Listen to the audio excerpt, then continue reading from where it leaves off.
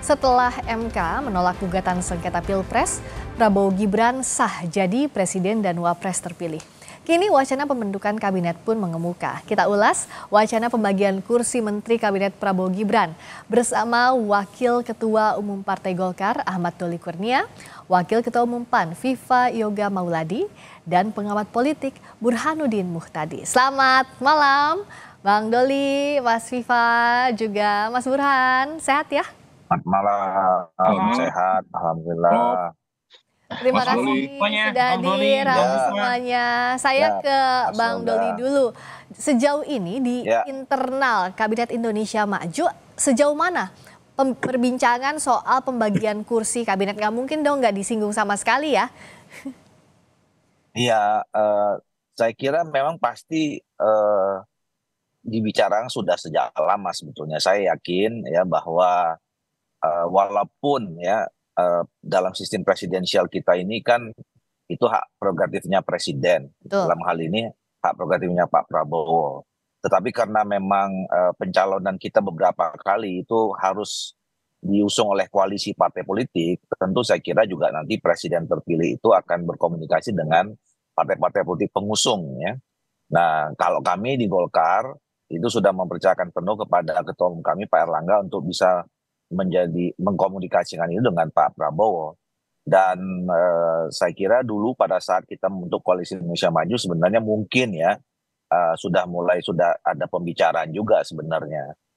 Nah, dengan diputuskannya kemarin oleh Mahkamah Konstitusi, ya walaupun waktunya kan masih cukup panjang ya, mungkin sekitar 5 bulanan lagi gitu sampai kita menuju pada pelantikan presiden. Saya kira dengan adanya keputusan MK yang insya Allah besok saya dapat informasi akan ada penetapan di KPU, ya pembicaranya pasti akan lebih intensif gitu.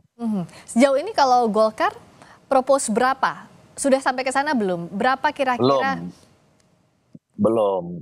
Jadi saya juga sekaligus memberikan penjelasan ya. Selama ini kan muncul angka 5 gitu ya.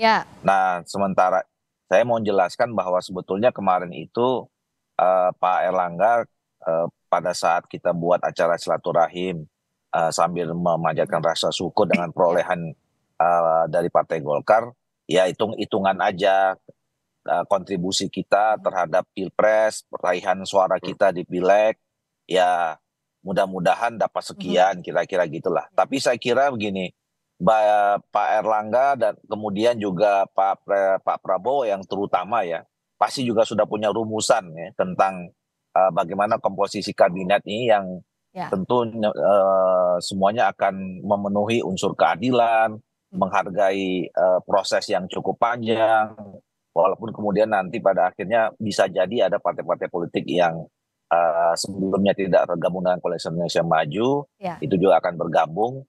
Saya yakin Pak Prabowo sudah punya rumusan yang juga sudah mulai dibicarakan dengan ketua-ketua partai politik yang ada di koalisi Indonesia Maju.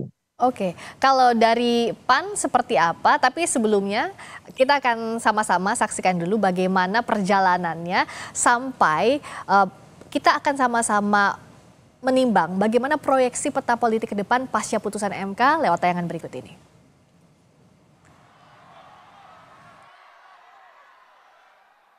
Pasangan Prabowo Subianto dan Gibran Rakabuming Raka akan ditetapkan menjadi presiden dan wakil presiden terpilih besok Rabu 24 April 2024. Namun Koalisi Indonesia Maju belum membicarakan kursi menteri di kabinet pemerintahan mendatang. Sekjen Partai Gerindra Ahmad Muzani menyebut menteri yang dipilih harus sejalan dengan visi misi Prabowo Gibran. Gerindra pun sempat menekankan bahwa alokasi menteri bukan berbasis suara parpol melainkan kompetensi.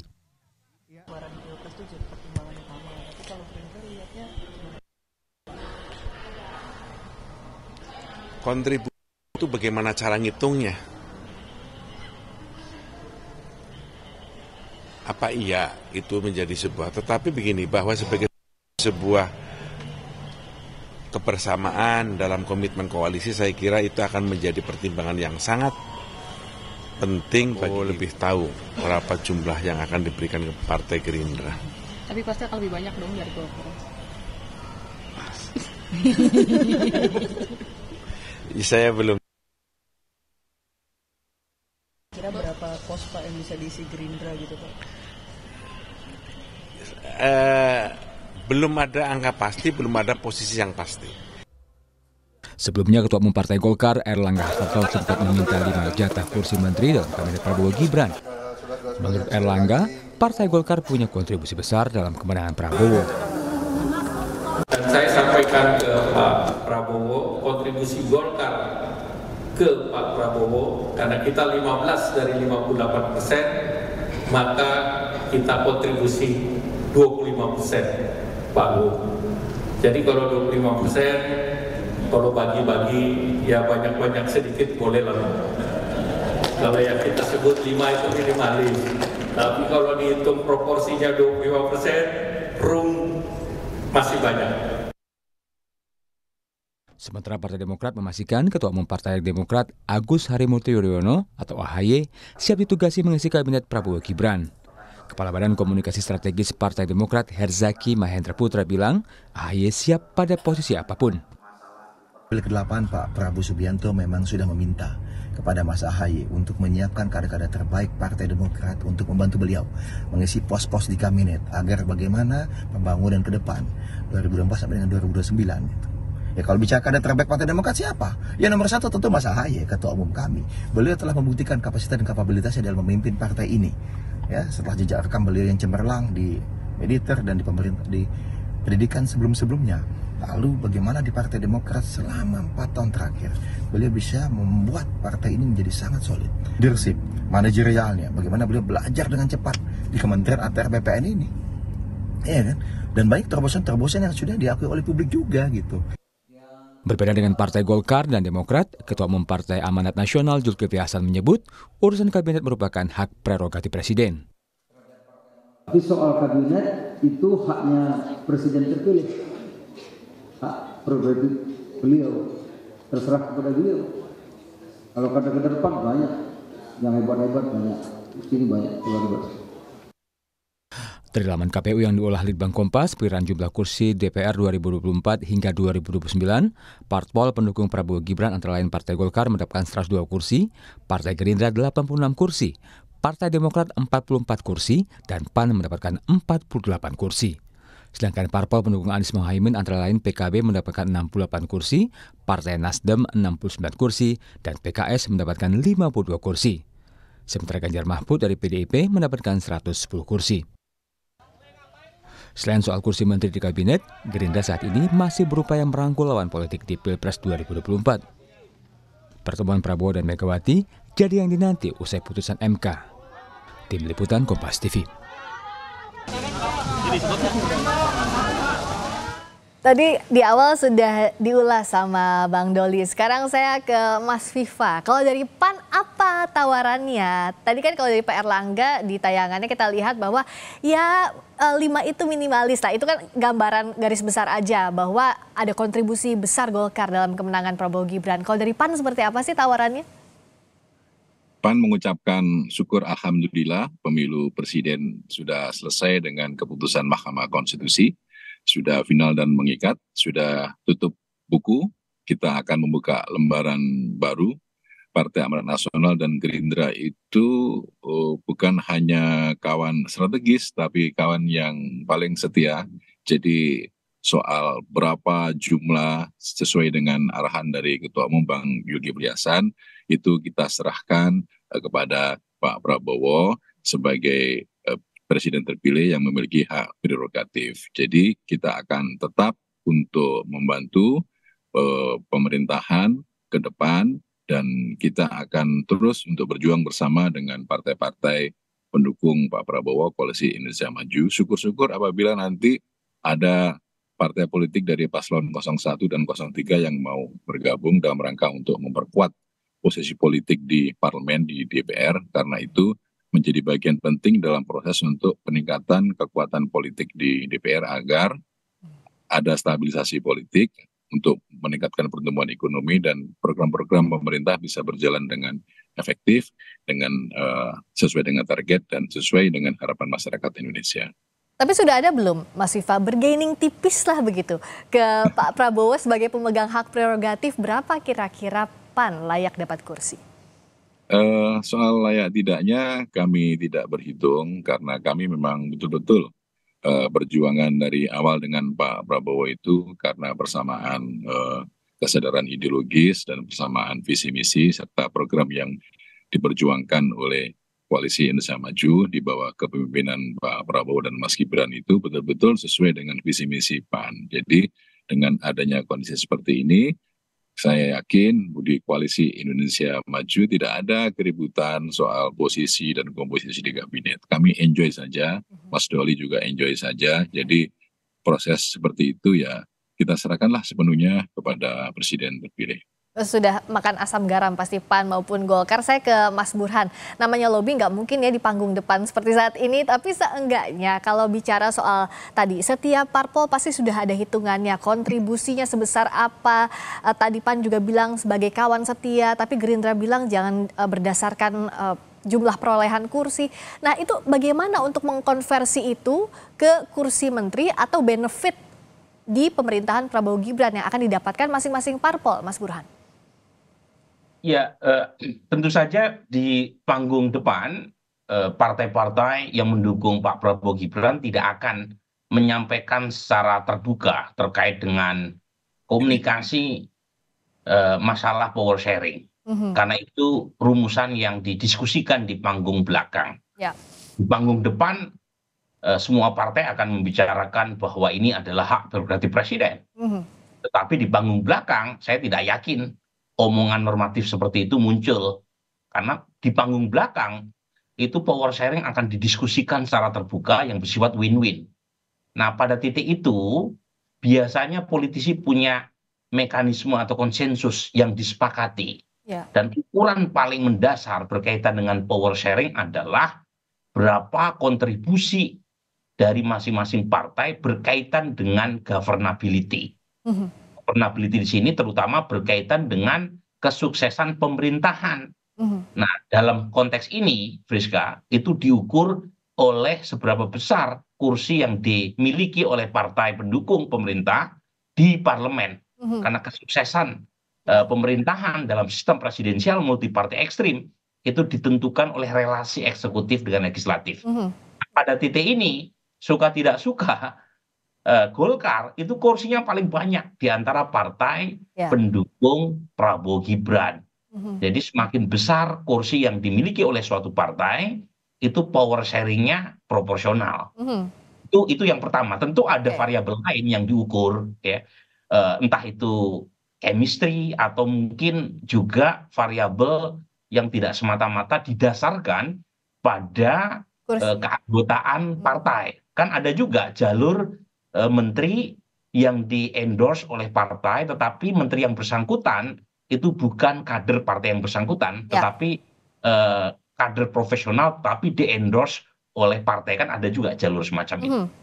Nah, saya ke Bung Doli, karena berikutnya soal power sharing ini yang saat ini dibahas, apakah akan mengajak sebanyak-banyaknya parpol yang sebelumnya tidak satu kubu dengan 02, artinya parpol-parpol pendukung 01 dan 03. Artinya kan ini bicara power sharing akan bisa menggerus kemungkinan perolehan kursi di menteri misalnya yang akan didapatkan Golkar, PAN, dan kawan-kawan yang ada di Koalisi Indonesia Maju. Gimana Bang Doli? Iya, saya kira dua hal ya yang perlu dijelaskan. Bang Doli?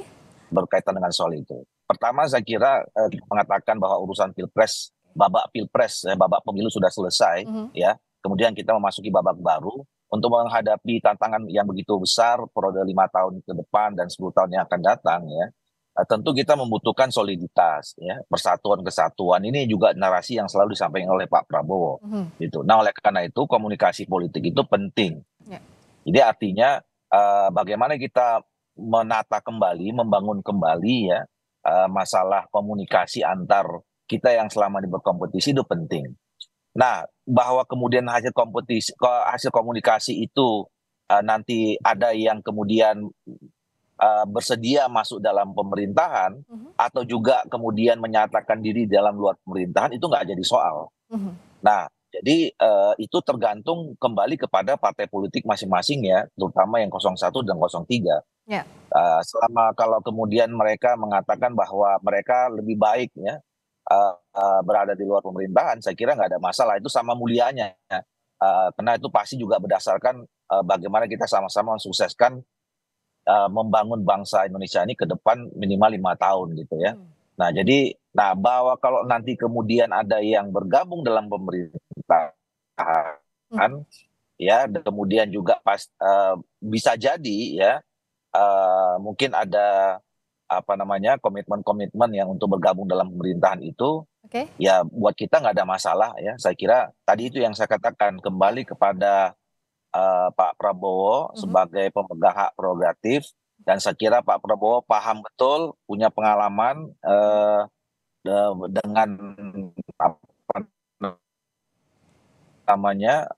pilpres sebelum presiden sebelumnya. Saya kira juga nanti akan ketemu formulasi yang paling tepat ya, yang adil, yang fair, kemudian win-win tadi ya bagi semua orang yang akan terlibat dalam pemerintahan yang akan datang. Oke, kalau dari PAN catatan, meskipun ini hak prerogatif presiden terpilih iya, tapi fairness dalam power sharing ini apa sih kalau yang diharapkan dari PAN?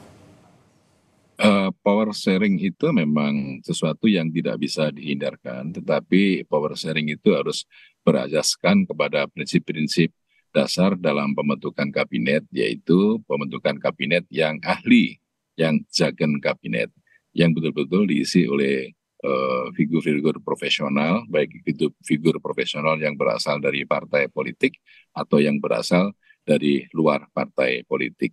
Intinya adalah seorang menteri yang ada di kabinet yang mampu menerjemahkan visi misi dari presiden dan wakil presiden, yang itu sudah tertuang di dalam visi misi waktu debat kemarin di KPU, dan sekarang setelah kampanye, setelah menang, itu akan kita realisasikan, karena itu adalah menjadi bagian dari pertanggungjawaban politik bagi Koalisi Indonesia Maju, dan tentunya ini akan harus mendapatkan dukungan dari masyarakat juga, agar dalam proses untuk maju ke depan selama 5 tahun, selama 10 tahun ini betul-betul mendapatkan proses penguatan dari rakyat dalam rangka apa? Agar visi misi presiden bisa tercapai sesuai dengan target. Oke, last but not least untuk Mas Burhan, power sharing ini kan hal bisa jadi sensitif. Sebelumnya sama-sama berjuang, lalu bagaimana menjaga kekompakan di dalam Koalisi Indonesia Maju satu. Berikutnya kalau ada kawan baru yang datang, apa yang Mas Burhan catat? Betul, ini tricky ya terkait dengan power sharing. Dan power sharing dalam konteks pembentukan koalisi di Indonesia itu juga tidak semata-mata dengan partai politik. Jadi studi Markus Mister menunjukkan pembentukan kabinet pasca reformasi itu juga ditentukan oleh non-party actors selain partai politik. Misalnya representasi TNI, representasi polisi, representasi agama, termasuk juga representasi oligarki.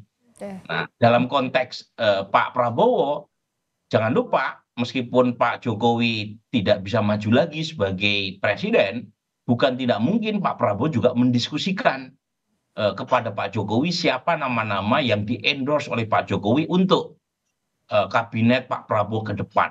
Jadi ada banyak itu variabel yang mempengaruhi proses pembentukan kabinet ke depan. Nah, saya sebut tricky karena kalau misalnya proses power sharing itu win-win, artinya pemberian akomodasi kepada salah satu pihak tidak mengganggu jatah buat pihak yang lain, buat pihak yang berkeringat, seperti PAN, Golkar, Demokrat, ya, Gerindra, tentu tidak akan menjadi masalah. Tetapi kalau ternyata mengurangi, nah jadi isu. Nah, di sini yang saya terus terang khawatir ya, kalau misalnya jatah yang dibagi terlalu banyak, jadi kuenya itu terlalu banyak yang mendapatkannya, misalnya termasuk mengakomodasi Nasdem atau PKB ya sebagai mitra koalisi baru, ada kekhawatiran keinginan untuk mengubah undang-undang Kementerian Negara, karena dalam undang-undang Kementerian Negara jatah maksimum buat alokasi menteri itu 34. Nah, kalau terlalu banyak pembaginya, jangan-jangan ditambah. Nah, ini hati-hati nih, kalau ditambah, itu tentu akan menimbulkan kompleksitas berkaitan dengan postur kabinet yang terlalu bengkak. Dan jangan-jangan itu justru malah menambah kesulitan koordinasi. Jangan lupa, studi komparatif menunjukkan jumlah kementerian di Indonesia 34 itu sudah termasuk terbanyak di dunia. Jadi kalau kemudian ditambah lagi, tambah bengkak tuh. Ya. Jadi hati-hati proses power sharing, jangan sampai membuat koordinasi untuk kabinet ke depan malah terganggu. Oke, jadi jangan sampai kalau nanti postur kabinet terlalu gemuk, malah berbanding terbalik dengan produktivitas. Tapi yang jelas waktunya masih panjang, masih banyak harus bersabar, termasuk juga Golkar, PAN, dan kita ya Mas Burhan ya untuk mengamati ini karena akan menarik bagaimana yang terjadi di panggung belakang dan panggung depan jelang nanti pengumuman kabinet. Ini Friska ini narasumbernya Hemi semua ini. Luar biasa, makanya terima kasih banyak, jangan bosan-bosan diundang, makanya Mas Viva, Bang Doli, Mas Burhan, kita akan diskusi lebih banyak lagi dalam beberapa bulan ke depan. Terima kasih banyak, selamat malam. Terima kasih.